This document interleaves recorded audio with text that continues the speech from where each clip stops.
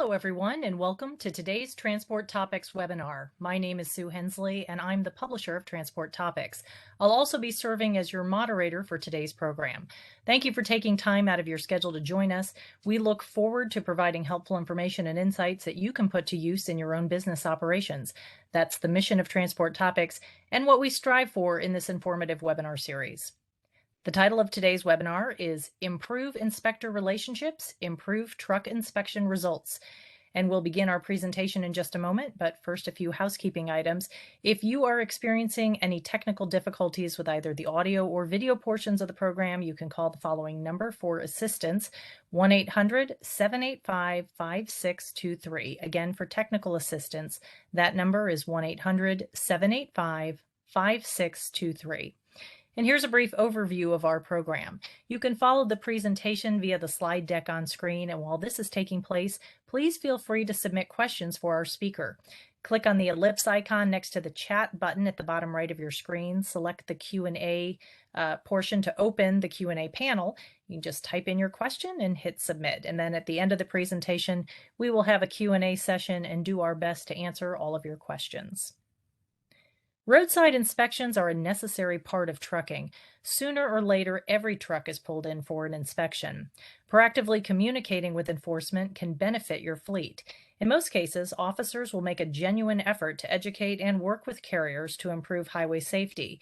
At the end of this webinar, you will understand how and why forming a better relationship with law enforcement can help you not only improve your truck's fleet safety scores, but also reduce inspection delays. This webinar is being presented by PrePass, the leading way station bypass and electronic toll payment and management services provider.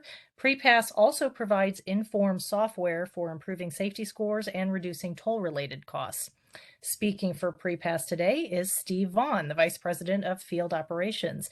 Before Steve joined PrePass, he served nearly 30 years with the California Highway Patrol, including as Chief of the Enforcement Services Division, where he was responsible for providing statewide oversight for commercial vehicle registration, inspection, and enforcement.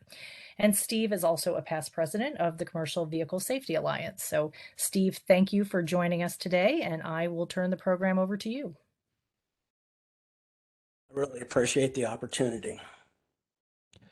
Today, what we're going to do is look at a few tips to take the pain out of roadside inspection process. I know for many, it can be a little nerve-wracking to be pulled in for an inspection. For others, it's just an inconvenience. So we can talk a little bit today about what will help make that process much smoother for you. Also, the use of inspection, violation, and citation data to boost maintenance and driver training. One of the key elements, I believe, for any carrier is to understand where they're having issues and then how to deal with it. So we'll talk about that as well. And finally, where you can find some resources for new training ideas or programs that may be useful to you as a carrier. Start with first impressions. For many, I think it's important that we understand what the mindset of a CMV enforcement official is. You know, they tend to sit at the same facility, see the same traffic day after day. For some vehicles, they recognize them by the carrier name, others by the vehicle itself. And for some, with those in which the drivers actually come into the facility, they'll recognize the drivers. For some fleets, they may have a very good maintenance program or a bad maintenance program. That's going to be obvious to the officers based on previous inspections. When they don't have certain idea of what that vehicle is, they're going to rely on other indicators on which trucks to pull into the facility and which to allow to roll on by. For example, when a PrePass truck bypass, they have assurances and they are familiar with the program that it has a good safety rating, current credentials, and it meets the state criteria to bypass. For others, some state enforcement agencies have an area of focus that they want their officers to look at, and that may drive the decision on which trucks they pull in.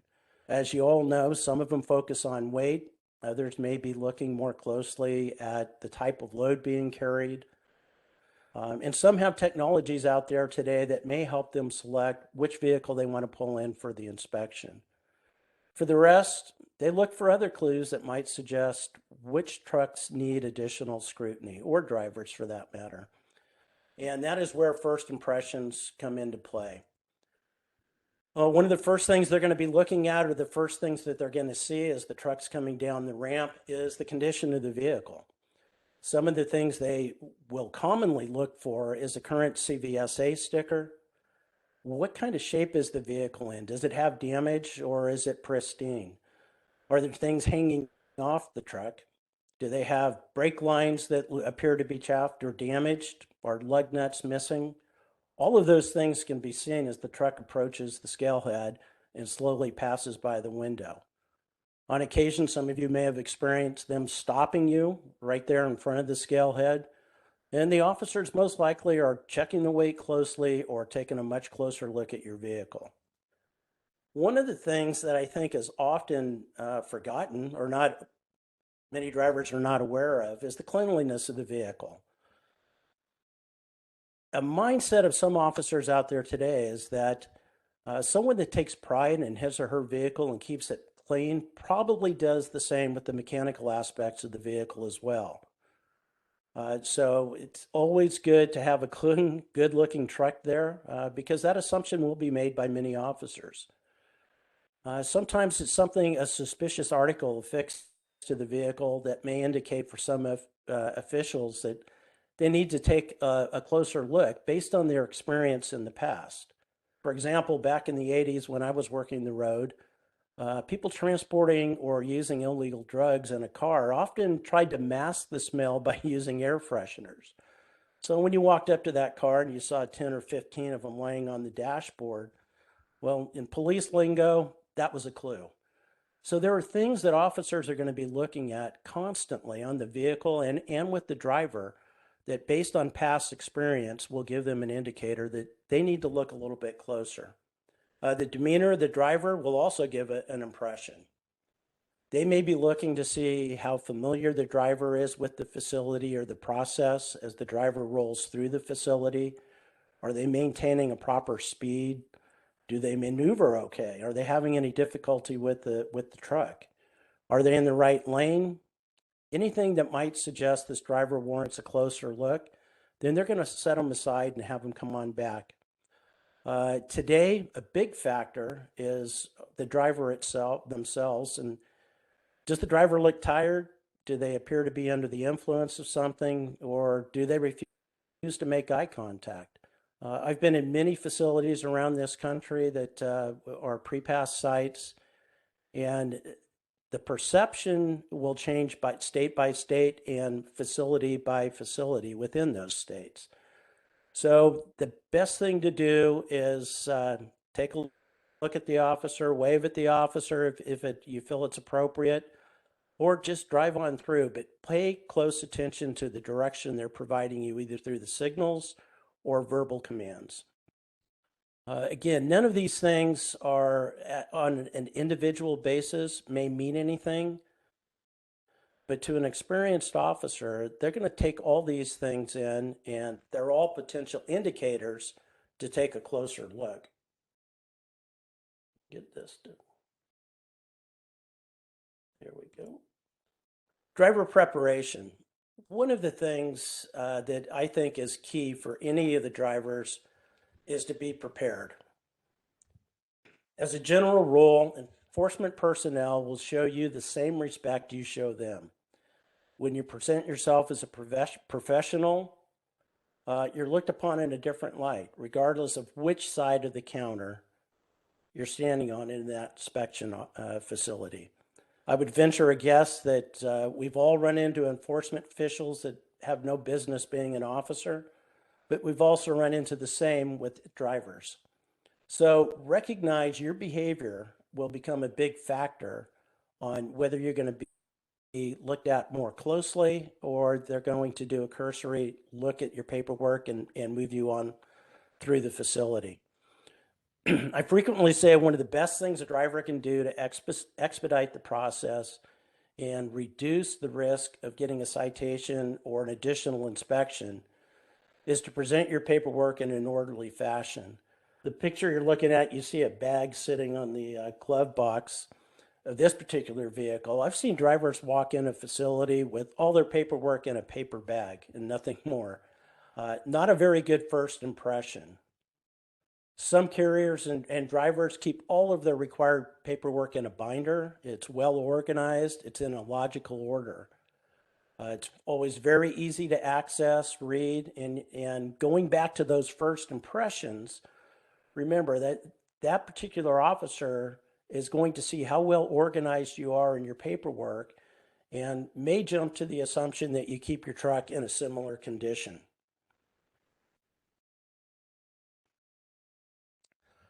When the officer sees how knowledgeable the driver is also with the documentation being requested, it also creates a favorable impression. You can imagine if you walk in and you ask a driver for a particular document and they turn that binder page by page until they get in front of to that particular document, that can be impressive. Whereas in some cases, I've heard drivers ask, well, what does it look like? Again, what that is telling that officer is that you're not well informed. And if you're not well informed in some of those basics, how are you going to do with the vehicle itself and following driver regulations? So one of the things the officers will also be looking for when you're standing there before them is how familiar are you with your logbook, or if they're out in the inspection bay or they go out to take a look at the ELD, can you manipulate it and walk them through and show them the information that's required? So being proficient in your documentation, your ELD, and your logbook, and being able to show what the officer is asking for at that point in time creates a real good impression. Of all the first impressions, organization and knowledge of your documents and logbook could really influence what happens next. After a cursory look, they're either going to send you on your way or they're going to subject you to additional inspection. Then the question becomes, what level of inspection?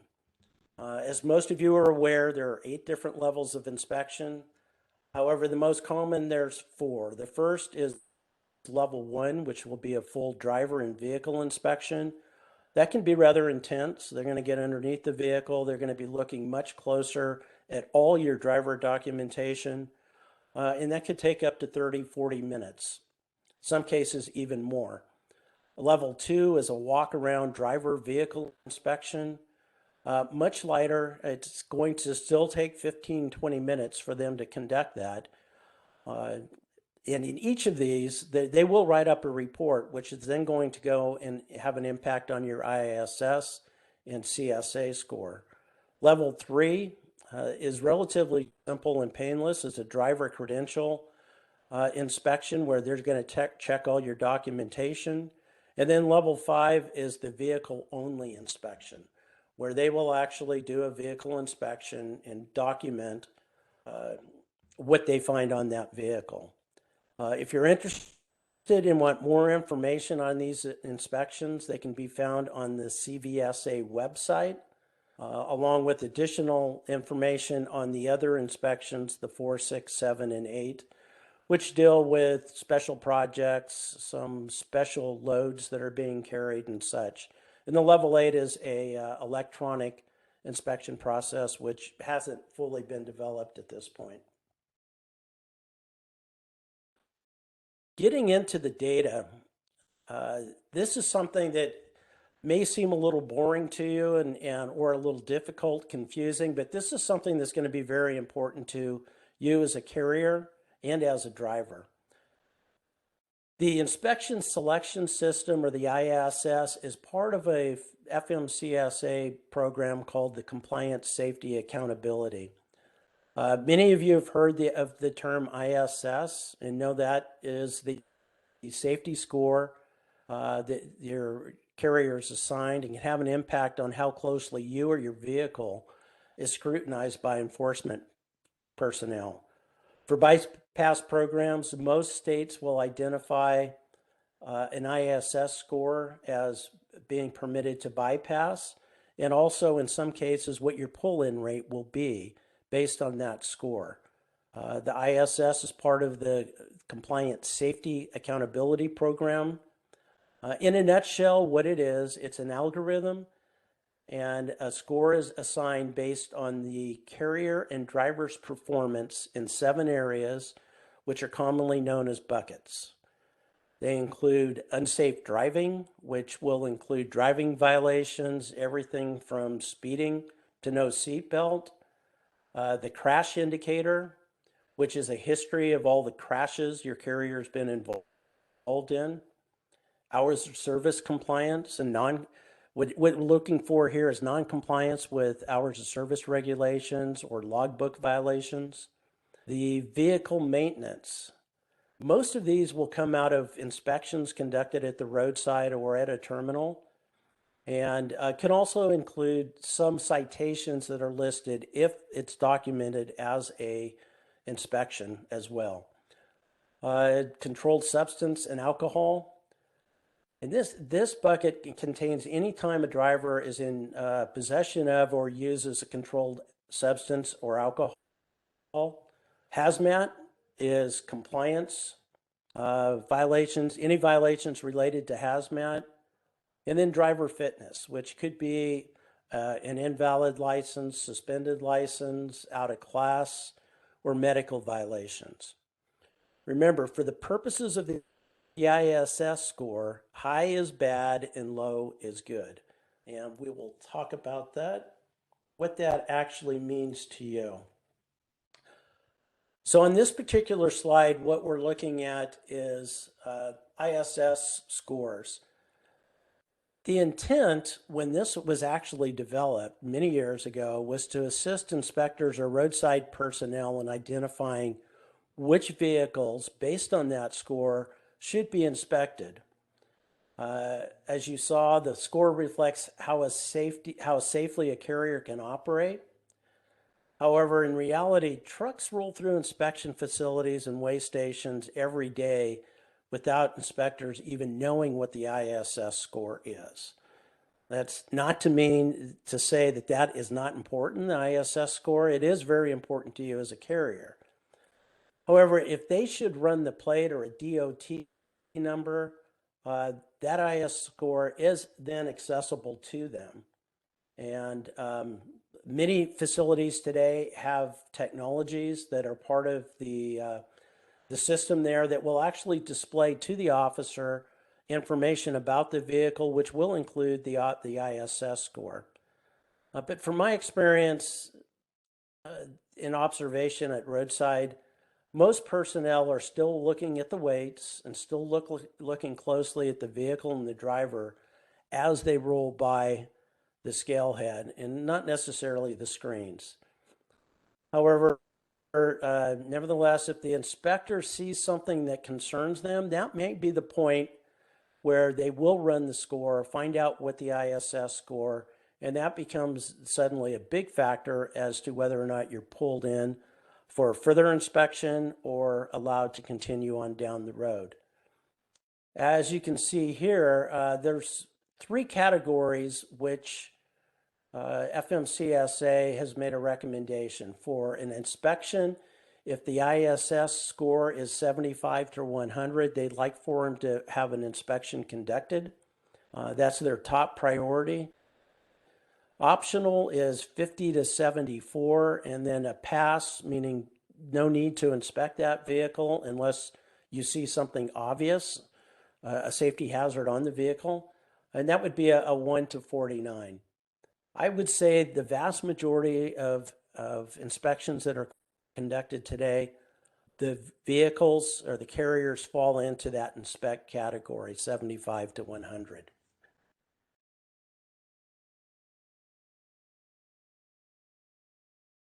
The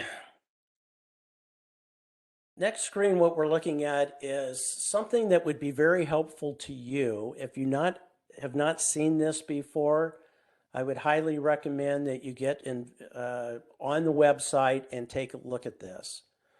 So what this is going to do is identify to you how are you rated in each of these buckets along as well as with an ISS score. It's also going to be a pretty good indicator for how you can improve your safety and maintenance programs. So what you're going to do is, what I would recommend you do is go to the web page. You can access that web page by simply running in your browser FMCSA CSA, and it'll bring this up for you. Information on the motor carrier can be searched by anybody. This is a public page.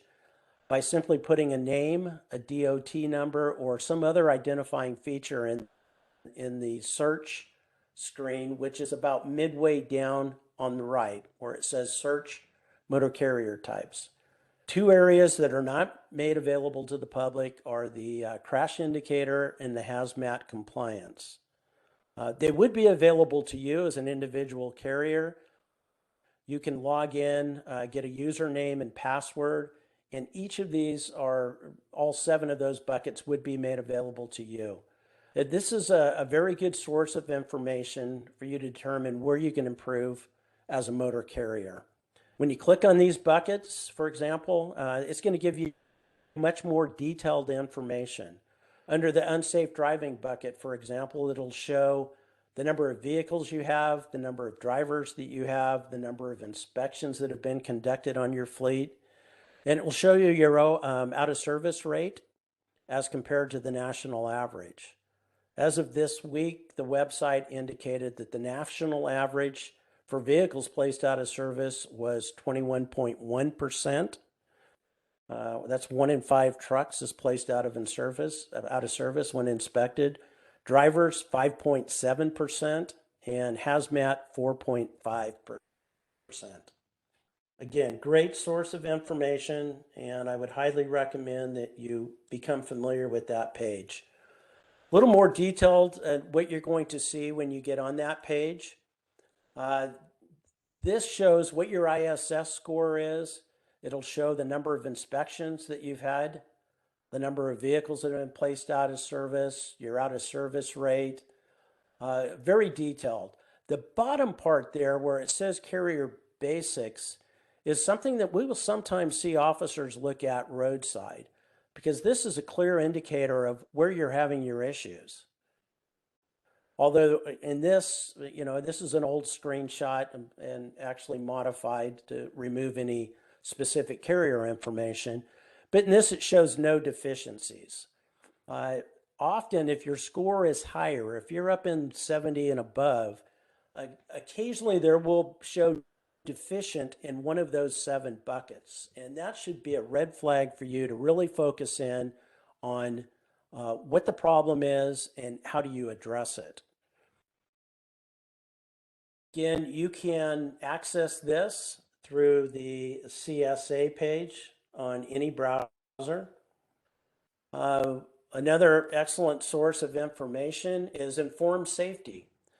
For any of the PrePass carriers, much of the information we've discussed can be found in Informed Safety. And quite honestly, it's much easier to access and I think much more detailed. All PrePass customers have access to Informed Safety at no additional cost.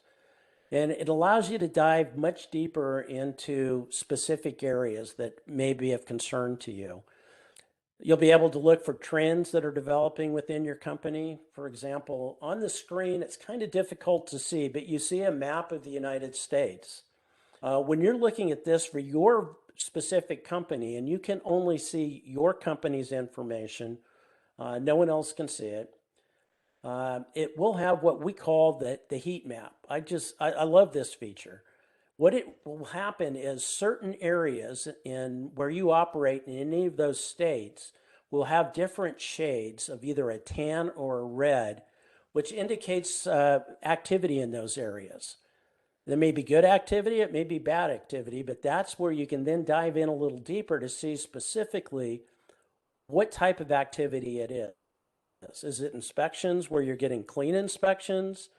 Is it inspections where you're placed out of service? Types of violations that are taking place there? or why types of violations that are getting you placed out of service. The thing I really enjoy about this is I'm really big on identifying what an issue is and then correcting it. And for you, what it will do is give you a better understanding of what type of enforcement practices may be taking place around the US. You'll see some states or areas have special focus points, but also geographical challenges. Um, what you'll find, there are more brake violations in mountainous regions. Drivers have a tendency to get on the brakes more. There may be tire issues in areas where there's extremely bad roads or excessive heat. This information should be very valuable to you in helping you determine what type of training is necessary and should it be for your drivers or your maintenance teams.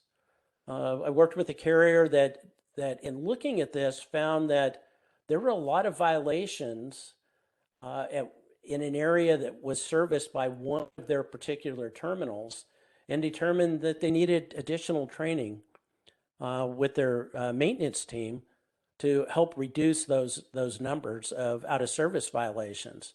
So this is something that's, again, a great resource for you. And it's always a good idea to identify what type of violations are taking place so that you can take proactive action in helping you to improve your ISS score and very probably remove you as a target for enforcement personnel based on maintenance reputation or difficulties that you have at some of these facilities. Analyze the data. Again, I can't emphasize enough the need to evaluate what's happening in your fleet, have a clear understanding, and then determine what the root cause is. Once you develop an idea of what's taking place, you can develop an action plan to improve your maintenance and safety programs or your driver training. Over the years, I've reached out to a few carriers when there's been a problem that had been identified and brought to my attention about a particular vehicle or driver. In nearly all cases, the safety manager was unaware of the issue and did not know how to deal with it. I understand challenges for safety managers when they have a mid to large size fleet, very difficult. And when you're responsible for keeping that fleet safe and operating, it's a great idea to be able to utilize tools that are available to you, whether it's today or any other day, to make your life much easier, keep your fleet moving and keep it safe. Particularly in the era of nuclear lawsuits. If you're unfortunate enough to become part of a lawsuit, showing that you have a proactive approach to identifying and dealing with concerns before they become a serious problem can help with your defense. So what can you do to improve? First off, be diligent in checking these systems for changes in the wrong direction. Also, whether you currently have an issue or doing well, provide training and more training and more training to your drivers, dispatchers, and maintenance teams. Things are constantly changing in the trucking world, as you all know, so it's important to keep your people informed. I think the best training is in the classroom, where the students, whether it's driver maintenance or dispatcher, can actually interact with the trainers, ask some good questions, and be able to get a response on the spot to help them with any particular issues they have. So staying in touch with the problems that you're being faced with and dealing with them right up front is a great way to go. I also recognize in the trucking world, you can't always bring your drivers in for training on site.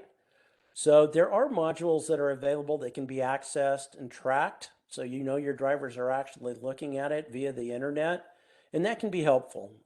Drivers often, especially the long haul, sitting around in the evening, great opportunity for them to take advantage of that. Sending out safety messages, bulletins, and emails to your team is another great approach. Talk to your folks. Find out what it is they need to make themselves safer and more productive. The bottom-up approach, I think, is often much better than the top-down approach. Those are the people out on the road. They are the ones that fully understand the challenges they're facing day to day. And what I have found in my experience working with the trucking industry and with law enforcement, the solutions usually come from the bottom because they truly understand the problem. And it's very helpful to management to hear that and then implement solutions that are going to make things better. Another great way to get to know your folks and find out how they're doing is ride-alongs. Again, it's difficult if you have a larger fleet to get out with all your drivers, but the opportunity for you to see firsthand what their challenges are and having time to talk to them one-on-one about those challenges and their thoughts on how to improve is invaluable. One of the things we used to do with the patrol on ride-alongs was we'd have the driver, the officer, tell me everything that they are seeing as they're driving down the road. What that allowed me to do is look to see where their visual horizon was and make sure that they're not just looking over the hood of the car or just at the vehicle in front of them, but are looking a half mile down the road for potential hazards that they can then prepare for and put themselves in a better position. Another is technology can be helpful. I know that not all carriers can afford some of the technologies that are out there today, but it would be beneficial to take a look. Some of the driver assist systems are actually quite incredible and can be very valuable to a carrier. Finally, the most important thing is if you identify a problem, don't ignore it. Develop a corrective action plan and then put it to work. This can be extremely critical in maintaining a safe fleet. If there's not improvement, then you probably should look at initiating a progressive discipline plan, which will send a clear message to your personnel and also protect you later on in the end if you end up terminating the employee. Where can you go to get some education ideas? What we see here is the commercial industry education program. I'm only going to highlight it briefly and discuss it. This is something that was actually developed in California back in the 90s. It was a program where our personnel would go to a terminal where they were having a training day, or they were having maybe the safety managers were in, mechanics were meeting, and we would walk them through what we do in an inspection so that the mechanics knew exactly what we were looking for. And that's not something we want to hide at all because we're looking at critical pieces of the truck that could result in an accident or are critical to the performance of that truck. So we would share with them what we're doing and what we're looking for. This got a lot of notice across the nation, and many states requested information on the program and started their own programs. So what I would highly recommend is that you check with the local enforcement agencies within your region that you operate. I would not necessarily just go to an inspection facility and ask them, but if the driver is in fact in there, ask questions of the officers. For the most part, they're very helpful and they're very willing to answer your questions if you show interest in becoming a safer driver or making your vehicle safer.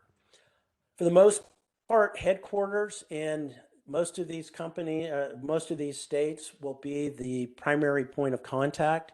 So go to on a website for a state agency, look up commercial vehicle program, and generally they're going to have a contact information. You can contact them, and perhaps they will work with you on one of your training days, or be willing to work with one of your trainers to get you any necessary information.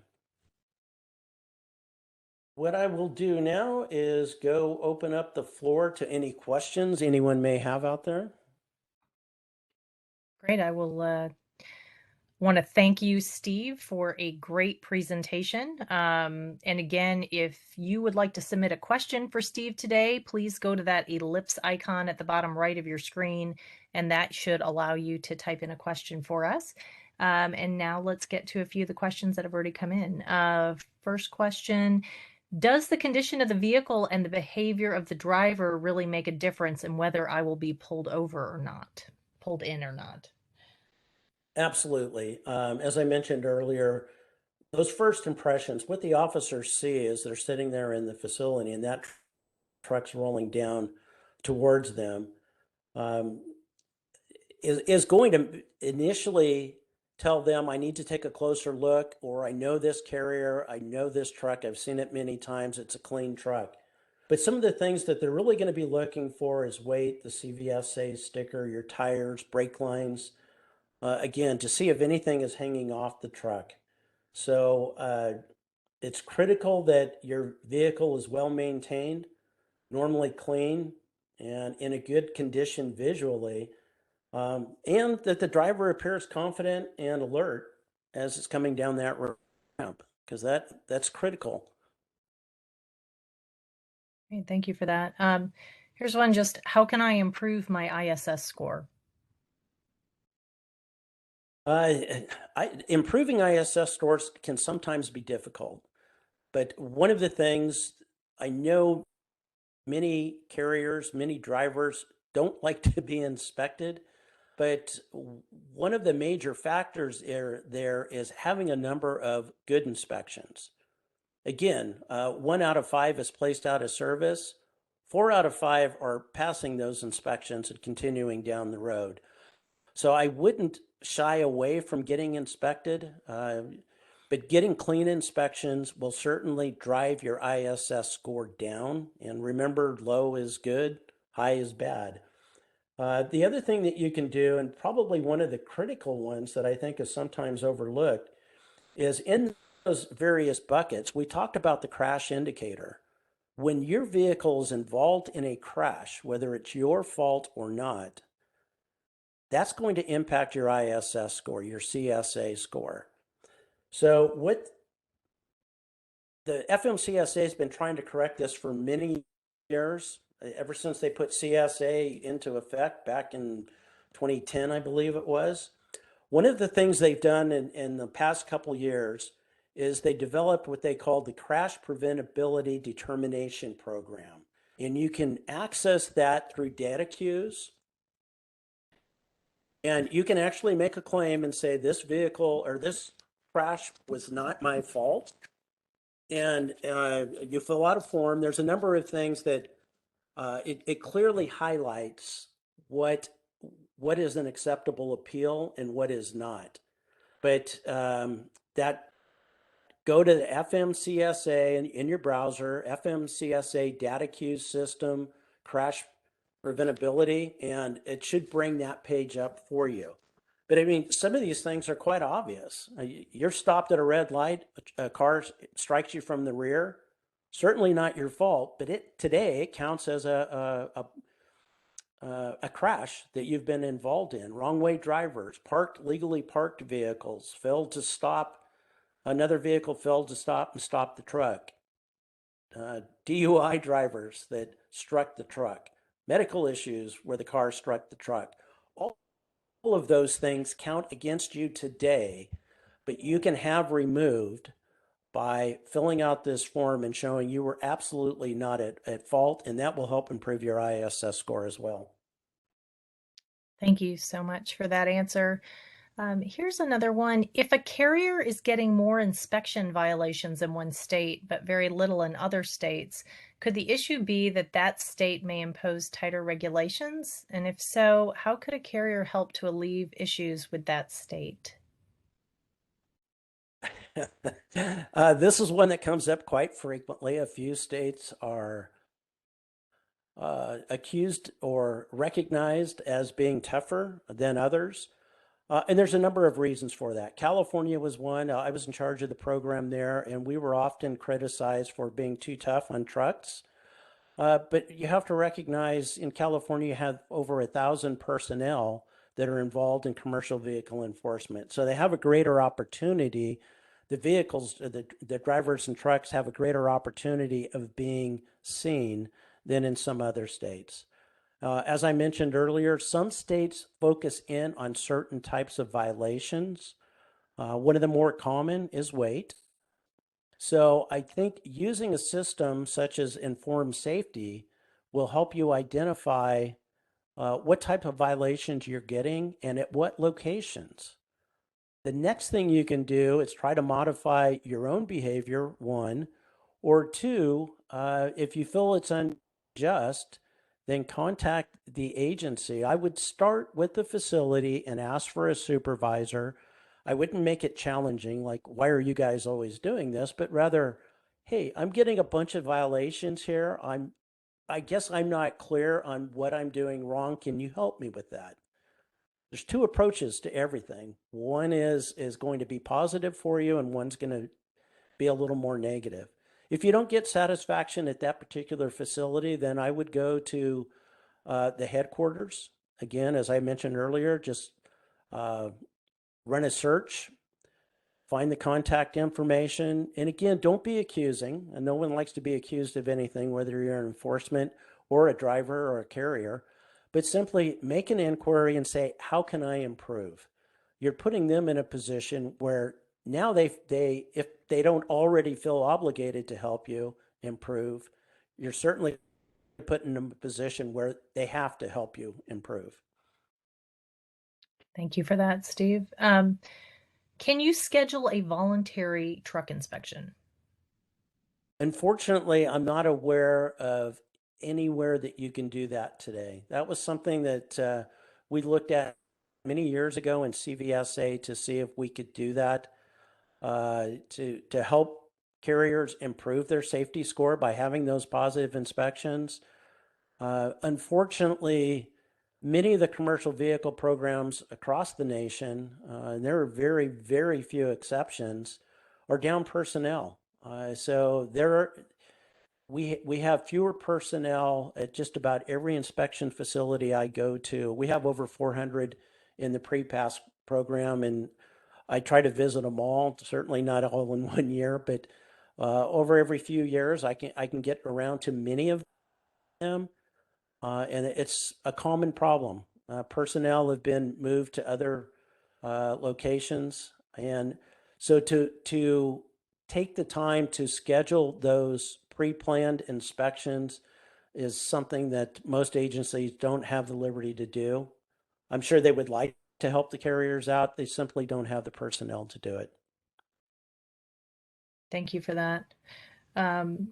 Here's another one. Is it best if a local driver has his timesheet in the truck while working or leave it at the office? During a roadside inspection, how will they verify this info if it's not in the truck? Certainly, if you can make a copy of it and carry a copy of it with you in the vehicle, that's very helpful to enforcement personnel. Uh, they know how to make phone calls and get verification. It can be faxed to the facility, be emailed to the facility. There's a number of ways in which they can obtain that information. But as a driver, to keep it as simple as possible for yourself and for the enforcement personnel, make a copy of it and keep it with you. Most are not looking to take action against you. They just want to make sure you're on the up and up and move you on along. Great. Lots of questions here. Got a few more. Should roadside inspections be annotated or remarked on a driver's ELD, or is it just being on duty? Let me Driver's read. ELD. I'm not quite sure I understand that one, but Okay. what Yep. I would say is if an inspection is conducted, they will receive a copy of it, and it is available also to the carrier and not immediately, but would be made available through the Inform system, Inform Safety, or through some of the federal systems. But the driver will have a copy of it. Okay, great. Here's one. How can we get good CSA scores without being pulled over?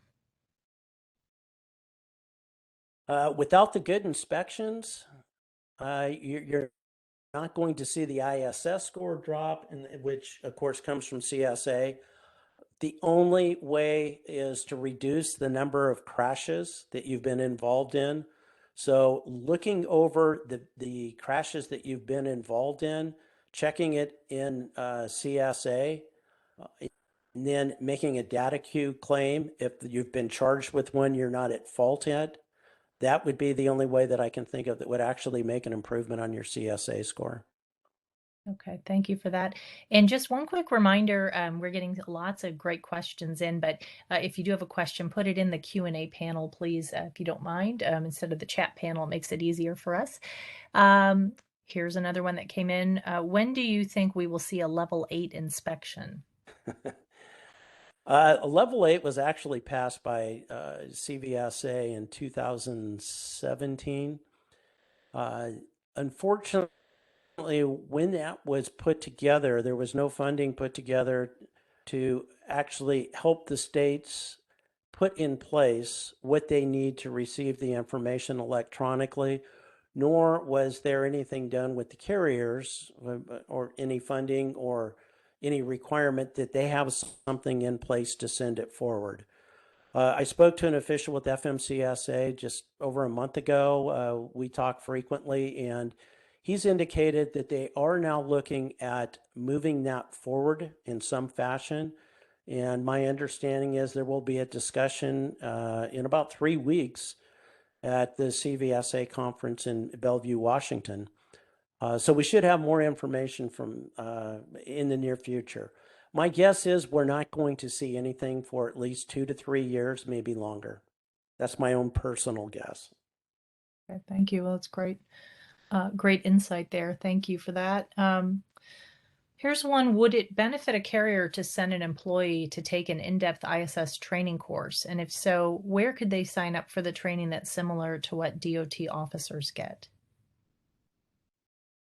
Probably the best location to look at what type of training is available to you is the CVSA website. They do have several programs where they can train your personnel, and there's a small fee for it. But I think going through a program like that, whether it's CVSA or another, is extremely helpful in educating your personnel as to what they can do to get that ISS score down. Okay, thank you. There's another one. One of the biggest things that constantly comes up for us in technology are dash cams. However, we find it difficult to navigate and understand the best technology to consider for our vehicles with so much information online. Any recommendations on good sources that can provide valid information? Again, I'll tell you, one of the best sources of information is going to be CVSA. For those that aren't familiar with CVSA, beyond the sticker you get on your windshield when you're inspected, it's an organization that works closely with state law enforcement as well as industry. As associate members of CVSA, there's all kinds of groups that either manufacture vehicles or trade associations or technologies. So that would be an excellent source is to contact CVSA, and they can probably provide additional information or some points of contact. Great, thank you. Here's one. What do you do if you get a violation on your SMS that is not your vehicle or driver and the VIN number and plate number does not match?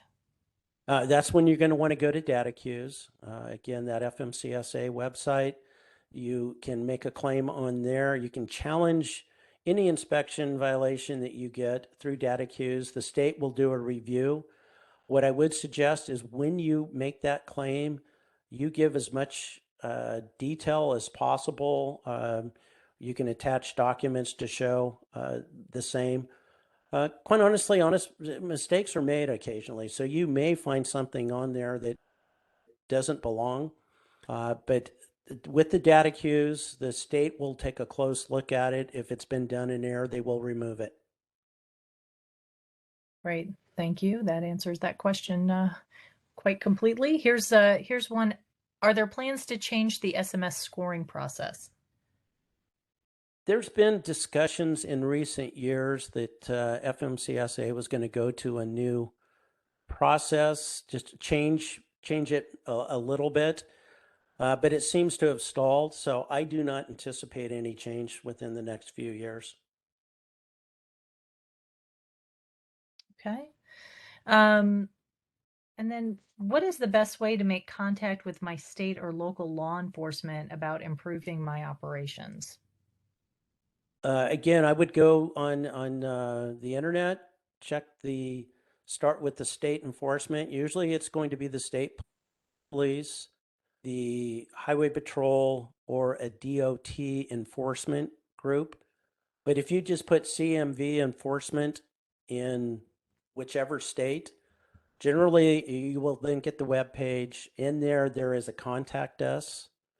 And I would then preferable would be to make a phone call rather than just send an email. If you're not familiar with some of those state organizations, again, you can then contact CVSA. They're headquarters out of Maryland. Contact them. And again, CVSA, I believe it's cvsa.org is their website. I'm not certain of that. Just go on there, give them a call. They can tell you who the lead agencies are in each of the states. That's great. Thank you. And then let's just wrap with a couple of last questions here. Can you request a level 1 inspection if you are getting a level 3 or 5? Again, depending on the officers or the officials that are there, what they're doing, what they're authorized to do. In some localities, the enforced CMV personnel don't have the authority to do a full inspection. They have to be level 1 certified. So what you can certainly ask them, is this something that you can do? I would, I'm trying to improve my ISS score. A full level 1, I think, is going to be more beneficial to me. I'd like to see it done. So you can certainly ask the question, but again, the manner in which you do it, that your demeanor up to that point could very well determine whether you're going to get that or not. Great, thank you. Okay, I think we've got 2 final. If a company has a low ISS value but has hours of service or maintenance issues, how would the system flag low ISS level carriers if they are on the pass list? On if they have, well, again, the algorithm is going to determine based on all 7 buckets. So if you're high in a couple and low in another, based on the weight that's applied to each of those buckets, that ISS score is determined by the algorithm. So bringing it down beyond that, I don't have the expertise to do. But so I would, again, you can contact FMCSA and make an inquiry with them on that. Thank you. And then the last question, if a carrier does a data queue and the state still holds true to the violation, is there a higher department that can then review the data queue and determine whether the state may still be correct or that the carrier was correct? I don't recall offhand what the actual appeal process is, but since this is a federal program that is determining what your CSA or ISS score is, I think appealing it to the regional FMCSA office, at least making an inquiry to them, would be the first step I would take. Great. Well, thank you. I know that was a lot of questions and a lot of answers. So, Steve, very much appreciate it. We are at the end of our program today. I'd like to thank all of you who attended today's webinar, and certainly again to Steve Vaughn and PrePass. If you have additional questions or you'd like more information, I'm sure Steve and the rest of the PrePass team would love to hear from you. You can use the contact information on the screen to get in touch. And if you know of someone who wanted to attend today's program but was unable to do so, or if you'd like to go back and review any or all of today's program, we will have that available on our webinar archive page at www.ttnews.com. Thanks again for attending and have a great day.